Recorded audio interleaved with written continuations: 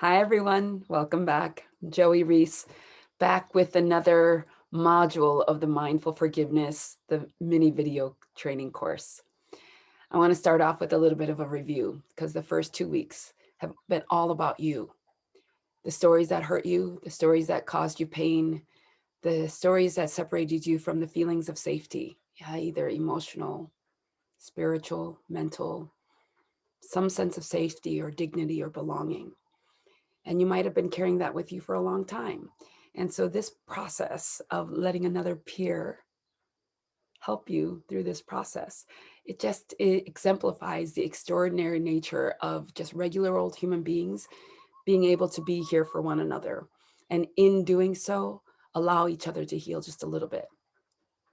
So Grievance Story is where we started, where you took some time to write the story without editing or censoring yourself, only about what hurt you, not how you've gotten better, how you've persevered. We know that, right? Because you're here and you've survived and you've made it another day and you're working and you're functioning and you're there for your family and your friends. It's about that internal state of stress, that internal state of suffering. So you wrote all about that in week 1, the Grievance Story. And then we noticed the bigness of that story, right? That it tends to span years, decades, and there are a lot of moving parts. And we have a tendency to want to feel like we need to fill you in with more information. And so step 2 comes in, asking about your relationship to grief. Have you grieved the loss that you're talking about in this grievance story? What does that look like? And then are you able to find some clarity? So working through the 4 metrics of grief, right? What specifically hurt you? What happened? What was your reaction? Do you know why you reacted like that? And how do you feel about that? So last week you were asked to go through some clarification questions to see where you are in this grief process. And if indeed you have some clarity to move forward, because we only get to forgiveness through grief. And then the other piece of the homework that you were sent away with was writing out and unveiling your revenge fantasies, those fantasies that are in our heads about righting the wrong, about um, regaining some power, because these stories of loss are about feeling powerless. So when we tell that story, that grievance story, there might be this deflation, like, oh, here I go feeling powerless again. So revenge fantasies are about really uncovering and discovering for yourself what stories you play out in your mind, what would help you feel more powerful. So really thinking about our relationship to our own sense of personal power. And that brings us to week 3, module 3, where we're talking about expansion, stress reduction, the world of both and. Now, this might feel really familiar to you because I notice a lot of people walk around with this kind of platitude. Walk a mile in somebody else's shoes. They've suffered already, so let it go. We have a lot of talk and conversations about this module. We practice it in one way or another a lot, and so I want to be very specific when I talk about it here. This comes at week 3 only after we have identified our own pain and felt heard and got some clarity, and then also had a conversation with ourselves about the sense of power, right?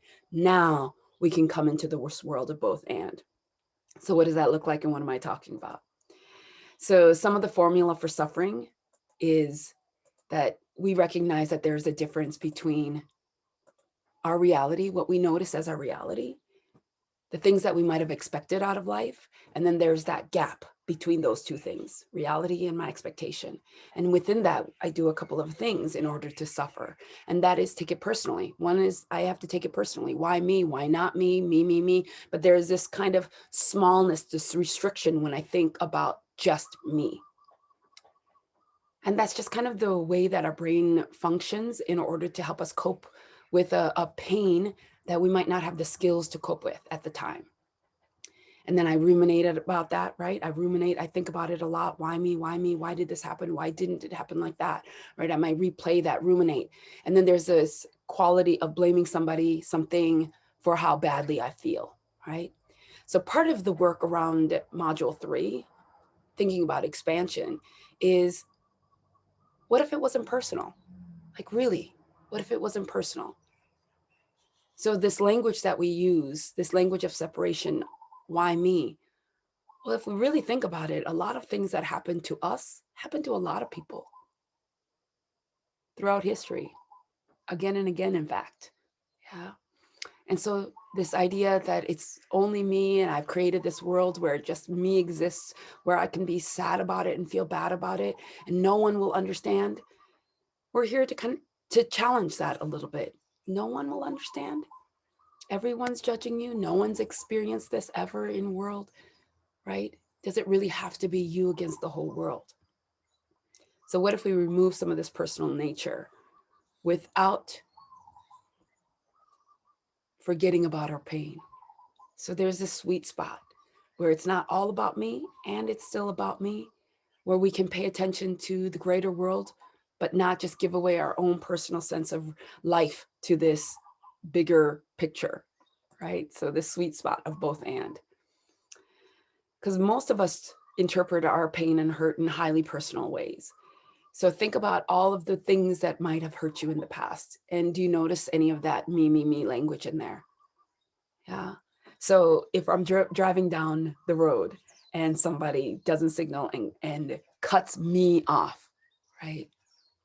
Is it possible that in their world, in their car, in their whatever that they're thinking about, maybe they're out of body, right? We've talked about kind of disassociating sometimes and our cars get us home, even though our minds have traveled somewhere else. And so that person in that car that goes now in front of you might have just been changing lanes, but the language that we use is they cut me off. Yeah. So in lots of different ways, we take stories very personally, like this event occurred just to hurt me. And yet events just are occurring that tend to hurt a lot of people. So consider the language here on this card, right? So even in horrific things like being mugged, have you ever been mugged or robbed? And there's this immediate quality of, oh, why me? And I don't mean to say I'd rather it happen to my best friend or my neighbor. I don't mean that. And yet that language is very separating. Why me? Yeah. People get robbed all the time. People get mugged all the time. Some people die as a result. Yeah. So it's not just about me. So consider expanding that just a little bit. And here's your homework. So that grievance story that you wrote, consider expanding it. So set a timer for 15 minutes. Please handwrite it.